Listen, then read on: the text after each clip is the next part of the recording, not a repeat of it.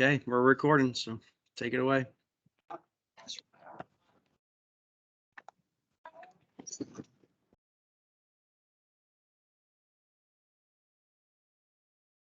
Do you have to approve of it, Matt?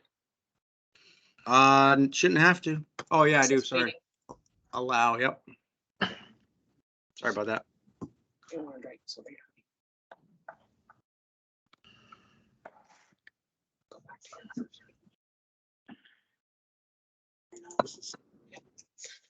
Good morning, everybody. This week's code of conduct is maintain confidential insider information, learn about ECI or about our clients. Mr. Dowd, Bert, you we can't see that yet.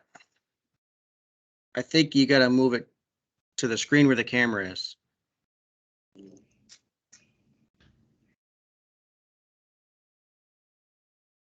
We still can't see what you're trying to display. go to your up button, honey. And it's right here. There we go. Okay. Nice. You got it. Yeah. So was that my cue, Alberta? Yes. Yeah. So confidentiality is something that we actually do. We do have agreements with some of our clients on a lot of our projects. Just that we do get privy to reasoning that they're doing things and where utilities are in some cases.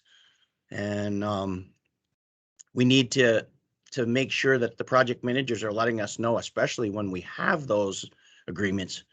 But if you think about it this way, we're on the forefront of the work and we do learn a lot of different things that's probably not appropriate for us to be passing around, especially when it's hey, did you hear what we're getting for this for a price, or did you hear why they're doing that?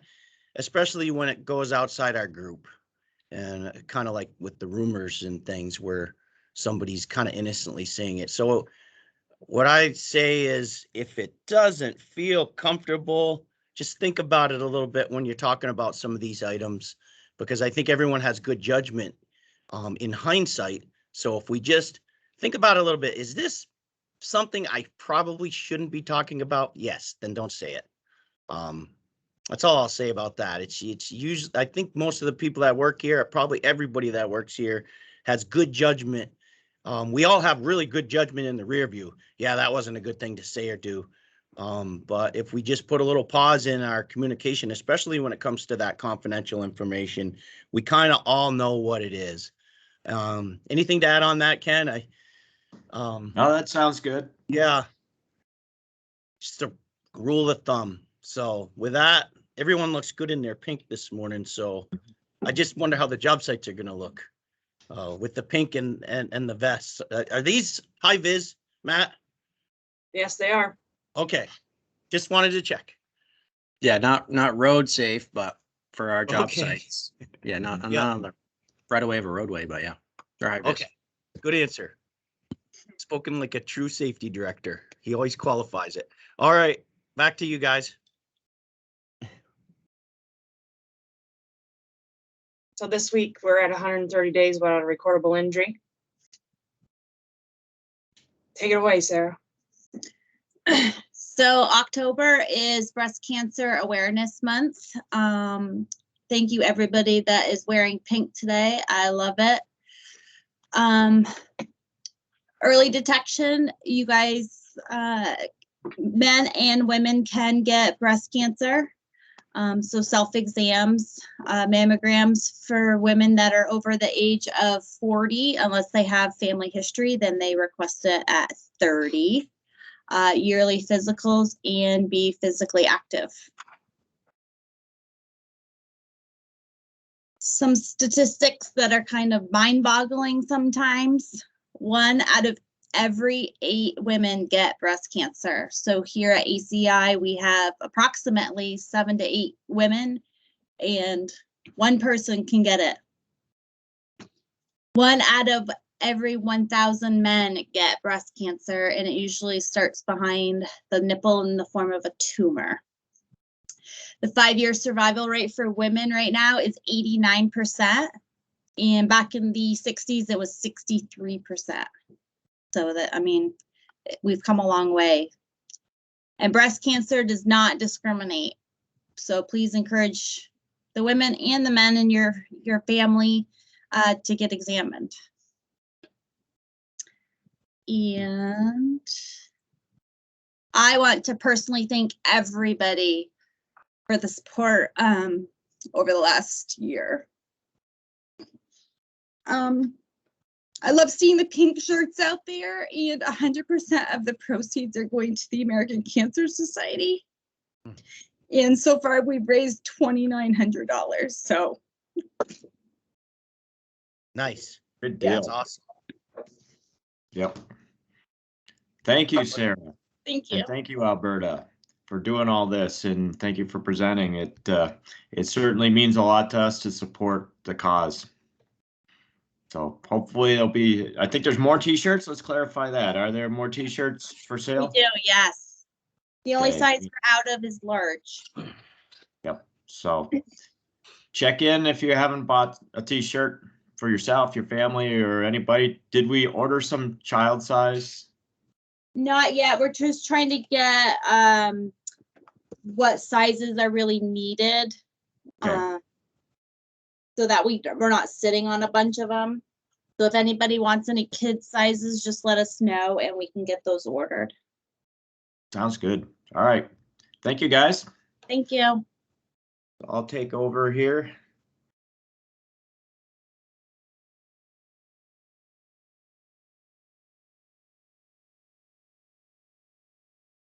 I find my right screen.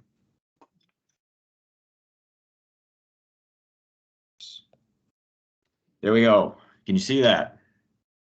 Got it. Yep. Okay, good.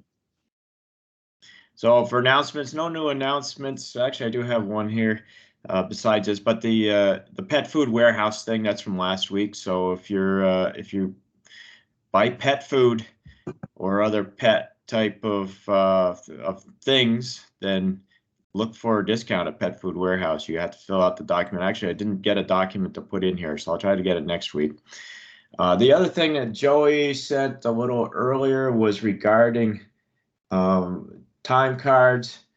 He says that as we transition to a new month today, please make sure to double check your time cards to have the right month day before submitting. It's easy to accidentally set up a wrong date when the month changes midweek like this. So be aware of that. And then for those that are approvers of the time cards, just make sure that those dates were correct before approving.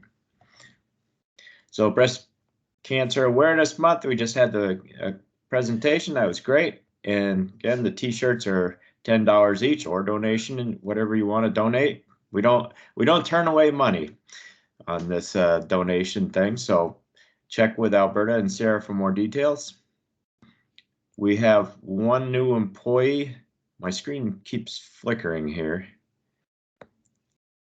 There we go. Everyone see this okay? Got it. Yep. This is Theron Webster. So welcome, Theron. I haven't actually met Theron yet, but hopefully I will here pretty soon. And look for Theron and welcome him aboard. Hey, Ken. Yeah. Theron worked here in the early 70s. Just so everybody knows, he's a returnee. Good. Didn't know if you knew Early that. 70s. Wow. He worked on Stave Island. Oh, no with kidding. George Shortsleeves remembers working with him, and he remembers working with George. Yeah. Stave Island, boy, that was a long time ago. Yeah. He doesn't look that old. Yeah. He's taking good care of himself. Yeah, he is. I always like to mention the returnees. Yep. He's up in Global Foundries if you want to swing by, Ken. Okay. So I had the primary care wellness program still on here as a link. Weather outlook, we got some a good day today, but some wet weather over the weekend continuing on to next week. Then maybe another good spell, it looks like, of weather.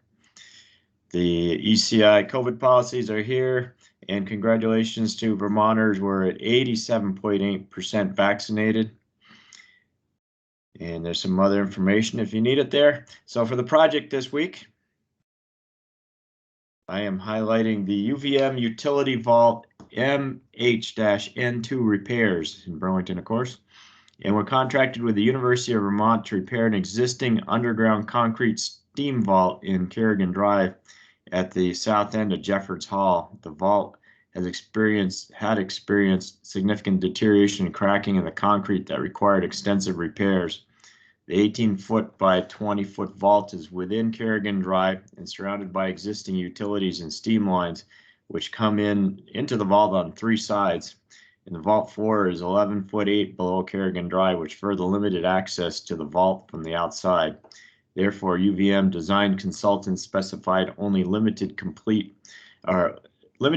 concrete replacement, supplemented with partial removal and crack repairs with a reinforcing mesh coating. All that was done to keep from removing the entire thing because of the cost and complexity to do that. So the work is well depicted in an isometric view down below. Our scope included excavation and demolition of the existing roof and manways, chemical grouting using high-density polyurethane grout to stabilize the soil outside the vault in areas of full-depth wall removal. The treatment, unfortunately, was only partially effective since the grout didn't penetrate well into zones of sand backfill. Treatment was very effective in areas of crushed stone where the grout permeated easily. The chemical grout was installed by our subcontractor, Basic Engineering from Tampa, Florida. It's a specified type of treatment, so that was it was good to see it, but we certainly, I don't know if it's all that applicable for around here. So additional excavation support we had to install for areas without chemical grouting, and we installed the ultra-fine cement grout injected into the delaminated concrete floor. We did complete replacement of the west wall, full depth concrete repair for deteriorated areas in the east and south walls, epoxy repair of existing structural cracks in areas not repaired or replaced, fabric reinforced cementatious matrix or FRCM installed by a subcontractor Vector Construction from Decanter, Illinois on those areas not repaired or replaced, and replacement of the concrete roof panels or precast units fabricated in our yard, replacement of the manway risers, backfill, and final restoration. And right now we're in that end of the project. Backfill and restoration is pretty extensive because of where it is. There's a lot of sidewalk curbing, bike racks, and pavement markings to be restored.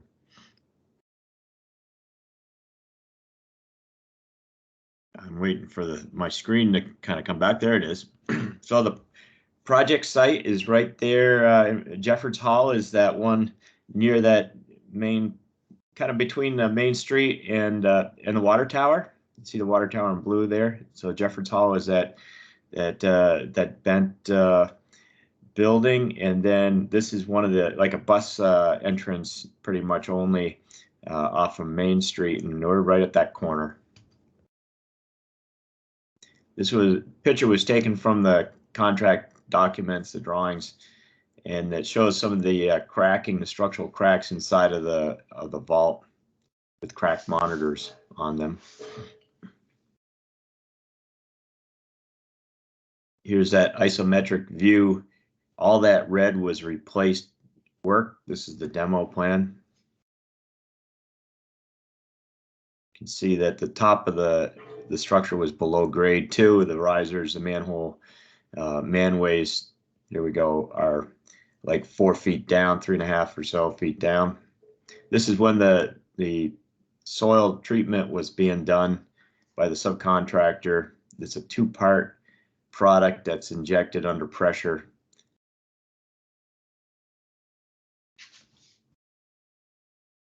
Still not sure why my screen keeps going blank here. Oops. See if I can scroll with my arrow instead. There we go. That seems a little better. So this is one of the subcontractor guys doing the injection. It looks like a welding torch type setup there in his hand, but it's the 2-part with a valve on each side injected into the little port. Here's some of the ports that have been installed and injected, and then there's a whole lot of data collected on pressures and that sort of thing. Then after that, we jacked the roof off because the roof had just a mastic all around it, which caused a good amount of adhesion to the lower structure. It wasn't structurally attached and it needed to get pushed off with a good push from the jacks. Then they lifted and hauled these out and removed them for demolition. Opened up the whole top, and then it was still very crowded in there.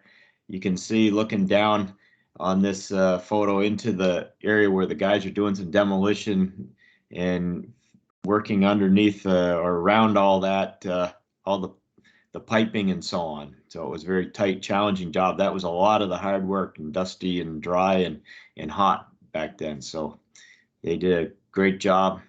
This is some of the demolition around one of the pipe penetrations. You can see the link seals and all the different sleeves and things that after it was demoed out. You can also see that the sand is not stabilized there. It's eroded down over the concrete. So that stabilization didn't work for the sand at all. For the most part, it formed like a crust along the crushed stone. So here we are after a lot of this has been removed. Those concrete waste blocks off to the side where the excavation support left previously from the construction back, I think it was only 10 or 15 years ago. And then we did the precast in our yard, at least for the top slabs.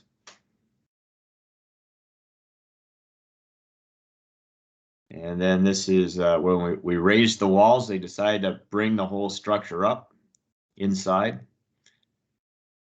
Finished grade didn't change, but there was room to allow for a higher roof. And these are the guys doing the, what was it? The fabric cementatious reinforced mesh or something like that. The FMRC or CR, FMRC. And it's a hand applied one. They do it, sometimes it's done pneumatically like shotcrete too. Here we are putting the final waterproofing membrane on and patching up around these riser cones for the manways. That's what I got there. And then I got a picture from the archives. This is the IBM Industrial Waste Vault construction. And I have a photo here with Paul Sabrin and Ben Dow back in September 2001. A little grainy, but you can see it's them. So that's what I got. Don't forget to put on your pink out there, and we'll look for it all month. It'll get kind of cold probably in t-shirts towards the end of the month, but all right, good. Have a safe day out there. Thanks, Matt. I'll turn it over to you. Yeah, thanks, Kid. Well said. Let's be safe today. Let's have a good Friday. Yep. Be safe. Bye-bye now. Okay, bye. Thanks, Sarah, and thanks, Alberta, for all your hard work, and we'll support the pink today. Next year, we'll do Well done. sweatshirts. Next year, we'll do sweatshirts. Yeah, there we go. Yeah, good idea. Great All right. idea. Later. Okay, see you guys. Yeah, bye-bye.